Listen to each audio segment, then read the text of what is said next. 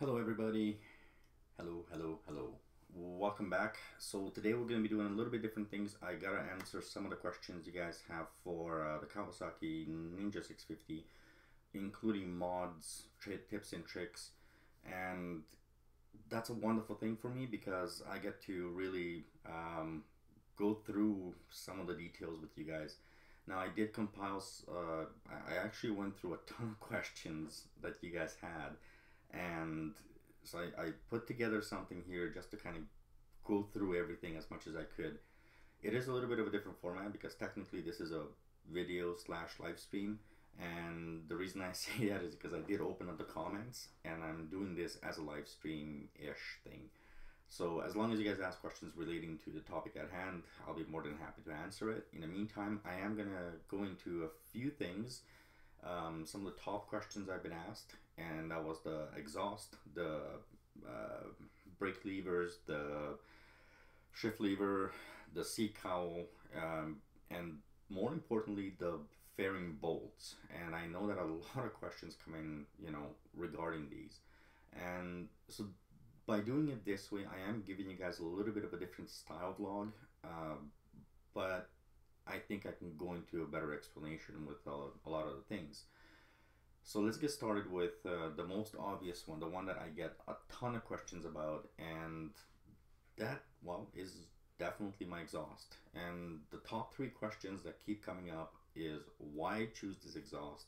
Was it worth the cost? And is it true that you need a full exhaust?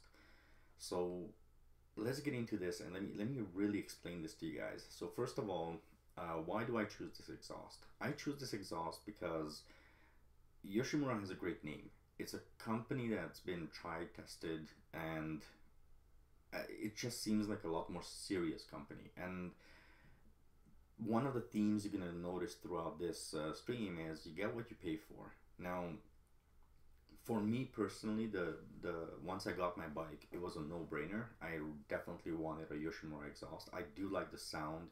It's not obnoxious. It's not overly loud, but it is. It does have a nice sound to it. And again, Yoshimura has years to perfect this. They're not a company that's been around for 6 months. They've been around for a while. I did get the Yoshimura with the upgraded version, which has the carbon fiber, look to it. Pretty much what you see right there, and it costs a little bit more, but I think it adds a lot more to the bike. It just gives it a nice look. It gives it a nice way, I guess. It just kind of blends in with the bike, especially the black. My bike happens to be black, so it just makes sense. On that same note, is it worth the cost? Well, that's a matter of perspective. It depends, I guess, on each and every one of you guys. Is it worth the cost? Well, it's worth it to me. I thought that it was, if I'm gonna spend, $10,000 on a bike, sure, I'll also spend maybe $1,000 on the exhaust. But the exhaust can be a questionable thing because it depends on where you buy it from and depends on who installs it for you, which is actually something like the third question. Is it true that you need a full exhaust? Absolutely, you need a full exhaust. For the 2017 Ninja 650, I believe even for the 2016s you needed it, or before that. So because you need a full exhaust, there is a higher cost associated than just going with a slip-on. Now my Ninja 300, myself and my wife's, has the Yoshimura. Again, we stayed with Yoshimura, but it was a slip-on, much cheaper, half the price actually, and you don't pay for installation because, well, you can just do it yourself. It's a pretty straightforward installation. However, with the Yoshimura Alpha, it is a full exhaust. I don't claim to know enough about bikes to try it myself and to do it myself. I figured it's a brand new bike, let the dealership do it. So I was more than happy to get the dealership to actually put it up and install it and put it all together. So definitely, in my opinion, Yoshimura is one of the better exhausts. However, like everything else out there, it really does come down to you as a specific user, you as an independent user. What do you want to use it for? Or do you have the money to spend on it? Is it something that you like? Is the sound good for you? I happen to have my silencer in because without a silencer, it's really obnoxious. So I left the silencer in. We tested it both ways. It just made more sense. If you guys do have any further questions about the Yoshimura exhaust, especially the Yoshimura Alpha, you're always more than welcome to throw your comments in the comment section and let me know. You know, like just kind of ask me all the questions you want. The internet, I think, is a wonderful place because you can find a ton of information on this. So overall, I'm very happy with it. It's definitely worth the price for me. And yes, it is true, you do need to have a full exhaust on the Kawasaki Ninja 650. So yeah, I don't know if I can go more into it, but you guys are more than welcome to ask on the, you know, in the comment section, ask your questions and see where we go from there. The next part to this is the Pazzo the Pazzo levers. The Pazzo levers are such a wacky thing because again, the top three questions: why choose this? Was it worth the cost? What are the benefits? You know, the way I look at it is this: Pazzo's been around for a while, and again, uh, me using it, I can tell you right now that no matter how much I use it, it doesn't. Once you start pulling it in and out, you can buy this on eBay, you can buy this on Amazon, you can buy it in multiple different places, at least sources. But one thing that's really common that I found is that the little area where it kind of slides in, you know, as you're pulling it in, that just gets worn out by a lot of the cheaper versions, right? So if you are on a budget, absolutely you can go with someone else. You don't have to go with Pazzo. Pazzo does come with a variety of colors, a variety of combinations, so you can really customize how you want your levers to be. Uh, I think it's, for the price that they're asking for, it's actually pretty reasonable. Is it very reasonable? No, I think it's pretty reasonable. Most people, if they save up a little bit, you can definitely get it. Installation is pretty easy. Now, with that said, once again, I actually had the dealership install this before I even picked up the bike. So, but again, it's not the difficult installation. Once you read the instructions, you can do it. Some of the benefits of getting the Pazzo levers over the stock, the adjustability, and I find that it's, you know, you can really fine tune your feel for the bike, your brake, your clutch. You have a lot more of a I guess customization. It's what fits you best. That is a wonderful thing to have because when it fits you best, well, it gives you a chance to really customize your feel on the bike. And as you may know, you know, that feeling on a bike is really a big thing. It's a really an important thing. So the benefits, really, the look of the bike, again, how the bike looks is going to make a big difference. It's not much different than, you know, going with your exhaust. With the exhaust, it's the same thing. You have it gives a nice contour to the bike, and so that's one, that the look of the bike as well as the sound of the bike is why you choose the exhaust.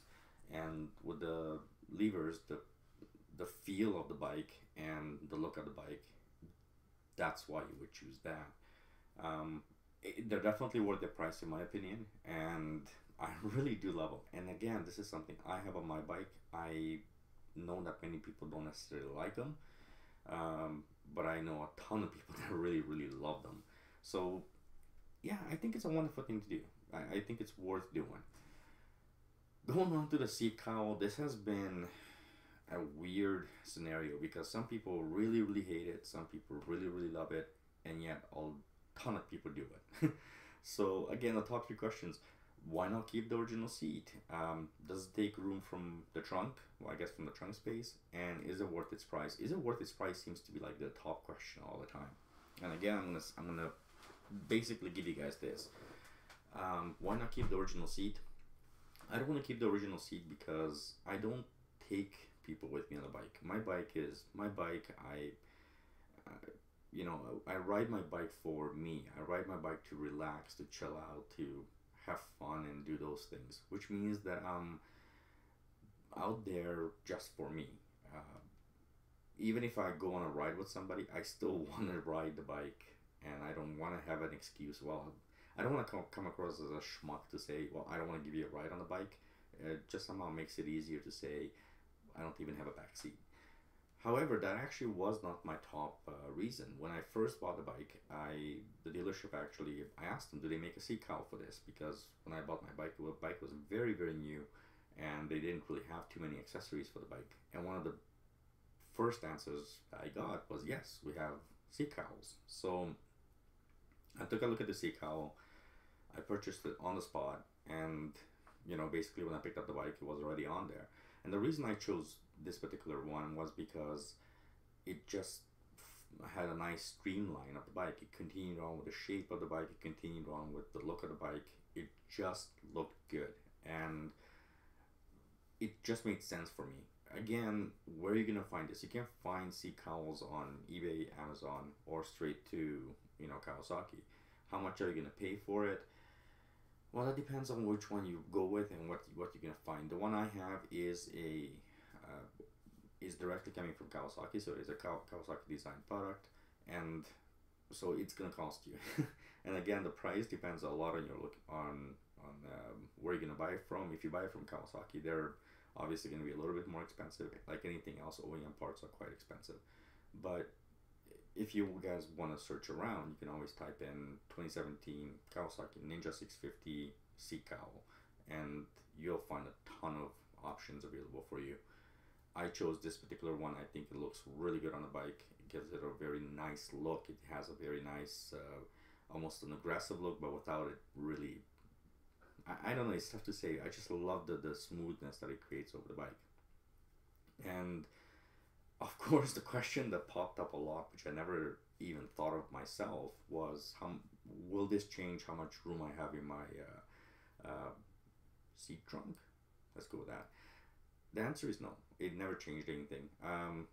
It's again in stock, so it's pretty standard to what you would have if you had the seat on. So yeah, that's about it on that side.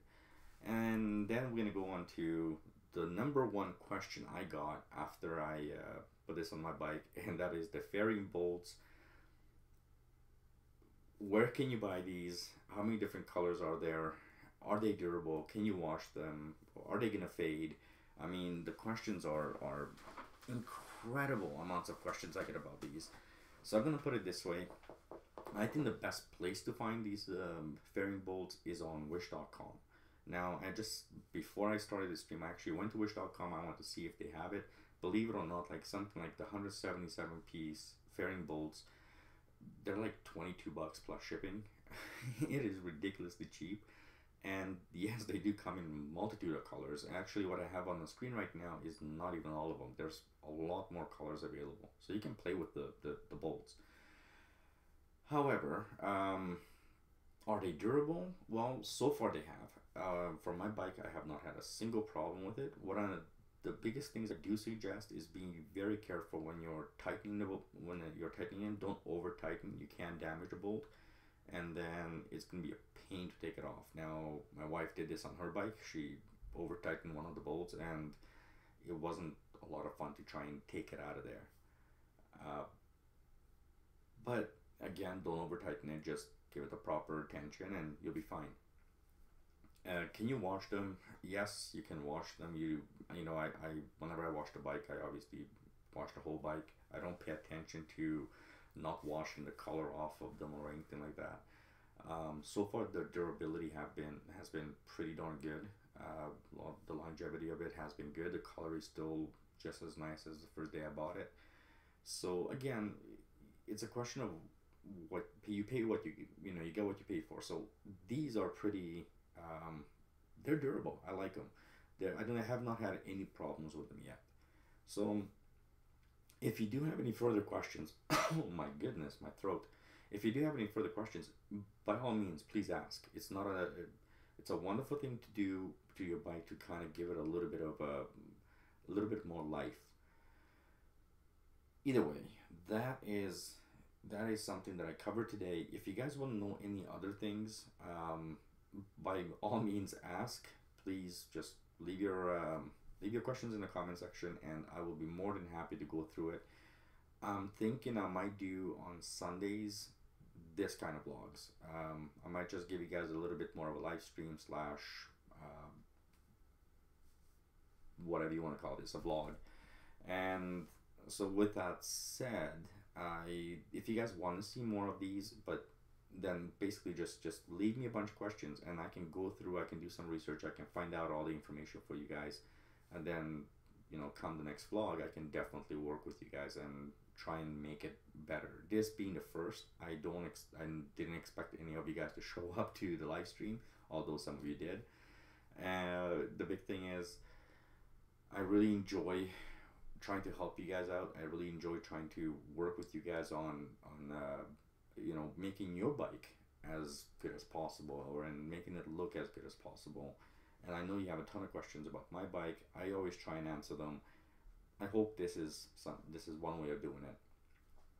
So I'm gonna say thank you very much for watching. I hope you guys like this. Don't forget to like, comment, and subscribe. It really does help out the channel. Currently, we're at 2,178 subscribers, and I'm pretty darn happy with that. But I'd like to see that go up. There's a lot of work that goes into, creating a YouTube channel and having a YouTube channel in general. So the worst thing that can happen is we try and be very engaging with you guys. We answer all your comments and, any questions you may have. So our goal here is to jump in, say hi to you guys, help out in any way possible, and sometimes just be silly and, well, mostly just be silly, because that's what we're good at. With all that said, thank you very much for watching. We'll chat with you guys later. And I'm hoping I'm going to do this again next Sunday. So if you guys want to see me doing this next Sunday, just leave me a comment below, say yes to next Sunday, and leave me a question along with that. Bye.